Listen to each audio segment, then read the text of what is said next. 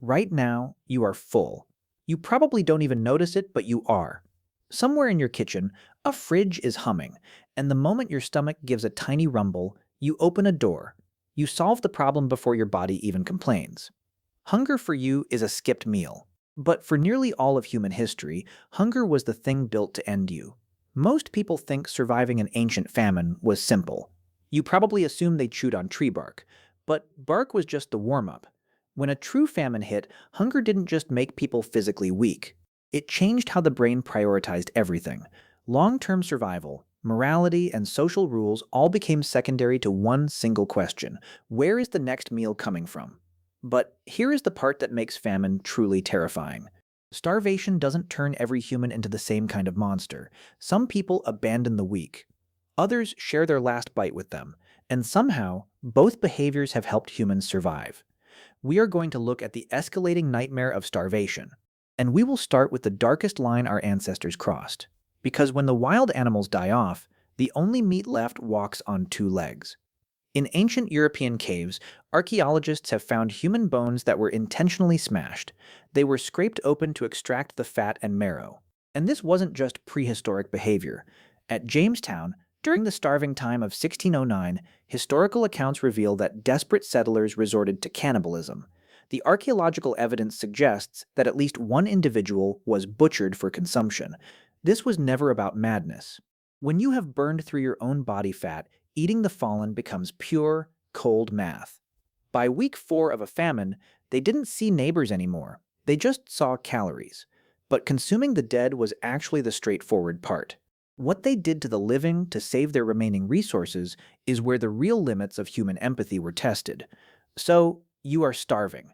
You have eaten the dead, you have cracked their bones, but a human body only holds so many calories. Eventually that runs out, and the famine is still here. So a terrifying new math takes over. You look at your family, you look at your tribe, and you realize something brutal. There is only enough food to keep half of you alive. If everyone eats a little, everyone dies slowly. If half the group eats, half the group lives. It isn't a choice. It is arithmetic. So, some ancient groups started cutting off the edges. They got rid of anyone who burned calories but couldn't hunt for them. Japanese folklore tells stories of ubasute, the abandonment of elderly parents in remote mountains. Whether the practice happened as often as the legends suggest is debated, but the story itself reveals a terrifying idea. When survival becomes impossible, even family can become a burden. But they didn't just look up the family tree, they looked down. Ancient Romans and Nordics practiced something called exposure. If the harvest failed, you didn't bring another mouth into the house. You took the newborn baby, you walked into the woods, and you walked back alone. A baby was a caloric drain the family simply couldn't afford. Today, we think of empathy as a basic human trait. It isn't. Empathy is a luxury of a full stomach. When food vanished, guilt did not necessarily disappear, but survival could become powerful enough to overpower it. A mother walking away from her infant was often the only way she survived to have another one, so they reduced their numbers. They sacrificed their own blood. But what happened when the unthinkable still wasn't enough? What did they do to trick their own biology when there was literally zero organic matter left to swallow? This next method is so counterintuitive, it sounds like pure poison. Now there is no meat left. The ground is dead, but the stomach doesn't care. It keeps contracting. The physical agony of hunger becomes a form of torture. So ancient people found a way to trick their own biology. They ate the earth itself. It is a practice called geophagia. They dug up raw clay, and they swallowed it in chunks. It had 0 calories. The goal wasn't nutrition.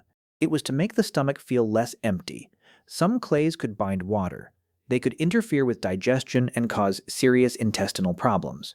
But for a starving person, even a dangerous feeling of fullness could seem better than unbearable hunger. When the clay ran out, they turned to their own clothes. They took off their leather belts. They took off their leather shoes.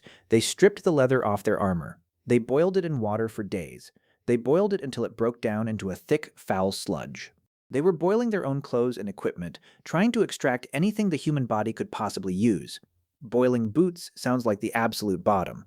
But there was one final survival method. It didn't involve what they found in the dirt. It involved what they drained from their animals. Think about it. If you have one cow left, you could kill it. You would feast for a week, but then the meat is gone, and then you starve. You need a way to consume the animal without killing it, so they found one. They became vampires. Among some pastoralist societies in East Africa, cattle blood has historically been collected without killing the animal. They would take a small knife. They would slice a tiny vein, just enough to let the blood flow. They would catch it in a bowl, and then they would carefully patch the animal back up. The blood was sometimes mixed with milk. It provided a source of nutrients without sacrificing the animal that the community depended on. The animal stayed alive. The humans stayed alive. They kept their livestock walking, and they survived on them day by bleeding day. So now you see the whole picture. Famine came at your ancestors. They answered it by shattering human bones for marrow. They answered it by leaving the weak on freezing mountainsides. They swallowed clay. They drank the blood of their own herds. Every drought was a brutal test, a test a great many people failed. Survival was paid for in blood. But that ruthlessness is only half the story. If humans were only brutal, we never would have made it. A tribe that only turns on itself dies quickly. The groups that actually survived didn't just hoard, they shared. They practiced radical cooperation. They enforced communal rationing. If a hunter found food, he didn't eat it alone. He brought it back. The whole tribe ate equally. Mutual aid wasn't just a moral choice. It was a concrete survival strategy. The groups that shared lived. The groups that didn't starved. Famine does not simply turn humans into monsters. It reveals the two forces that have always competed inside human societies: ruthless individual survival and radical cooperation. And now look at you. You open an app. You tap a screen. A hot meal arrives at your door. You get cranky if you miss lunch. You complain about starving from inside a kitchen packed with food. You have never once in your life felt the specific dread of watching the rain fail. You don't survive famine anymore. You barely even register what real hunger is. And that is not because nature got any kinder. It is because thousands of years ago, starving human beings figured out how to endure it. They made the horrifying choices. They crossed the darkest lines. But they also held the line together. They shared their final bite. They did whatever it took, so that you never would have to. Famine didn't just wipe us out. It built us. It forged the ruthless, cooperative survival instincts hiding in your DNA right now.